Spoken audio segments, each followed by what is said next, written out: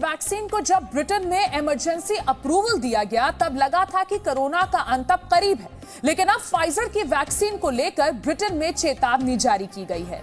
कुछ खास लोगों को कहा गया है कि वो कोरोना की ये वैक्सीन फिलहाल ना लगवाएं। कौन है वो लोग और उनको क्यों दी गई है ये हिदायत, आपको बताते हैं अपनी इस बहुत इंपॉर्टेंट खबर में।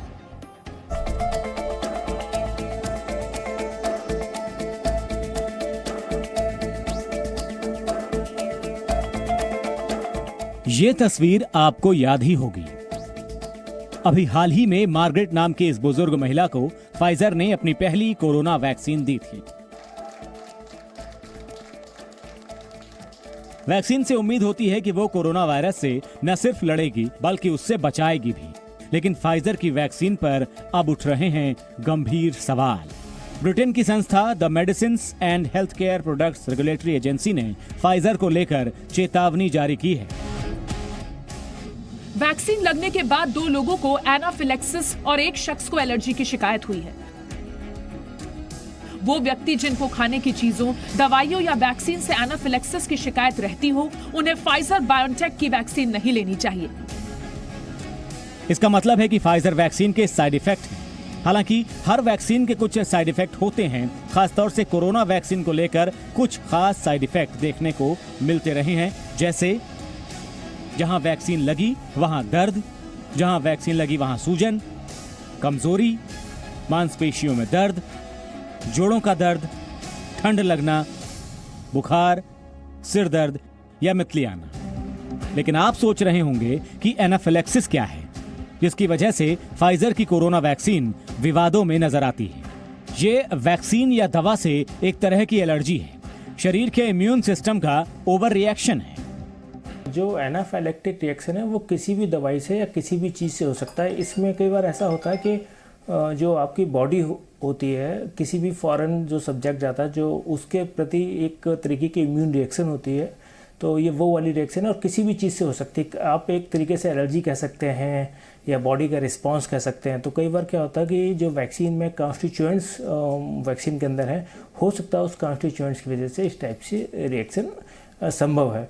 दूसरी चीज़ एनाफाइलेक्सिस के अलावा होती है, कुछ लोगों में कुछ और रिएक्शंस हो सकती हैं जो कि एनाफाइलेक्टिक टाइप की नहीं है, बट जो साइड इफेक्ट या दूसरे तरीके की है, उस तरीके की रिएक्शंस भी हो सकती है। डॉक्टर पुनीत मिश्रा के मुताबिक एनाफिलेक्सिस या एलर्जी किसी भी दवा या वैक्सीन से हो सकती है, लेकिन एनाफिलेक्सिस के मामले को ब्रिटेन की राष्ट्रीय स्वास्थ्य सेवा ने गंभीर बताया है। उनके मुताबिक एनाफिलेक्सिस शरीर की प्रतिरोधी क्षमता का ओवर रिएक्शन है, जो कुछ मामलों में गंभीर और कुछ में जानलेवा तक साबित होती है। अब यहाँ आपका एक सवाल ये भी हो सकता है कि कहीं उम्रदराज लोगों को वैक्सीन लगाने की वजह से इस तरह के मामले तो नहीं आ रहे हैं, या फिर कहीं ऐसा तो नहीं कि फाइजर ने ठीक से ट्रायल ही नहीं किया। पॉसिबिलिटी कम है, क्योंकि जब आप ट्रायल करते हैं तो इसीलिए हम डिफरेंट एज ग्रुप्स के ऊपर करते हैं कि ऐसा तो नहीं कि किसी एज ग्रुप में उसका अलग इफेक्ट हो, दूसरे एज ग्रुप में दूसरा इफेक्ट हो। कई सारी दवाइयों में ऐसा होता है कि एक बच्चों में या वृद्ध लोगों में या जो गर्भवती लोग हैं उनमें अलग इफेक्ट होता है as compared to other population. तो इसकी संभावना रहती है, लेकिन जो भी इन्होंने, मुझे पूरा उम्मीद है कि जहाँ भी फाइजर ने अपने परीक्षण जिन कंट्रीज़ में किए हैं, वहाँ पर उन्होंने जब फेज़ 3 ट्रायल किए होंगे तो सारे स्टेट ऑफ पॉपुलेशन को रखे होंगे, क्योंकि उसके बाद ही हम वैक्सीन रिलीज करते हैं। फाइजर ने भारत में भी इमरजेंसी यूज अप्रूवल की मंजूरी मांगी है, जिस पर CDSCO विचार कर रहा है। फाइजर की ही तरह भारत में कोविशील्ड और कोवैक्सीन बनाने वाली कंपनियों ने भी भारत में इमरजेंसी यूज अप्रूवल के लिए आवेदन किया है। अब आप सोच रहे होंगे कि क्या भारत में भी कोरोना वैक्सीन को लेकर यही स्थिति तो नहीं हो जाएगी।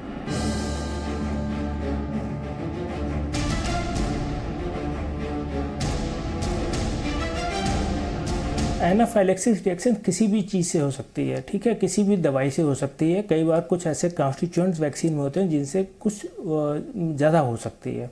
जहाँ तक भारत बायोटेक की वैक्सीन का सवाल है या अन्य वैक्सीन जो भारत में इस समय निर्माण के फेज़ में है, अभी तक के जो उनका रिसर्च है उसमें ऐसा कोई भी चीज़ देखने में नहीं आई है। लेकिन क्या होता है कि जब आप फेज़ 1 फेज़ 2 ट्रायल कर रहे होते हैं तो आप बहुत थोड़े से लोगों को लेते हैं, कुछ 300 400 500 लोगों में करते हैं। लेकिन जब आप फेज़ 3 करते हैं या उसके बाद करते हैं तो आप एक बहुत बड़ी जनसंख्या में हज़ारों की तादाद में करते हैं, तब मालूम चलता है। क्योंकि कई बार ये होता है कि अगर कोई साइड इफ़ेक्ट है और 10,000 लोगों में से एक को प्रॉबिलिटी है या 1 लाख लोग में एक को प्रॉबिलिटी है, तो जब तक आप उतनी जनसंख्या को नहीं करेंगे तब तक आपको नहीं मालूम चलेगा। तो अभी तक के जो परिणाम है उस हिसाब से ऐसी कोई चीज़ नहीं देखी गई है भारत में जो वैक्सीन हुई हैं। देश में हमेशा से इस्तेमाल होने वाली वैक्सीन के भी साइड इफेक्ट देखे गए हैं। ये साइड इफेक्ट गंभीर नहीं होते, इसीलिए इस पर ध्यान कम जाता है। पीएम मोदी भी इसका जिक्र कर चुके हैं। 20 साल से मान लीजिए कोई दवाई पॉपुलर हुई है, 20 साल से लाखों लोग उसका उपयोग कर रहे हैं, लेकिन कुछ लोगों को उसका रिएक्शन आता है, आज भी आता है, 20 साल के बाद भी आता है। तो ऐसा इसमें भी संभव है। निर्णय वैज्ञानिक तराजू पर ही तोला जाना चाहिए। फाइजर वैक्सीन के साइड इफेक्ट को लेकर उठ रहे सवाल एनाफिलैक्सिस के मामले में गंभीर है। हालांकि इस साइड इफेक्ट को फिलहाल सामान्य श्रेणी में ही रखा जा रहा है, लेकिन ब्रिटेन अपने नागरिकों को सावधान जरूर कर रहा है। दिल्ली से पूजा मक्कड़ के साथ ब्यूरो रिपोर्ट, जी मीडिया।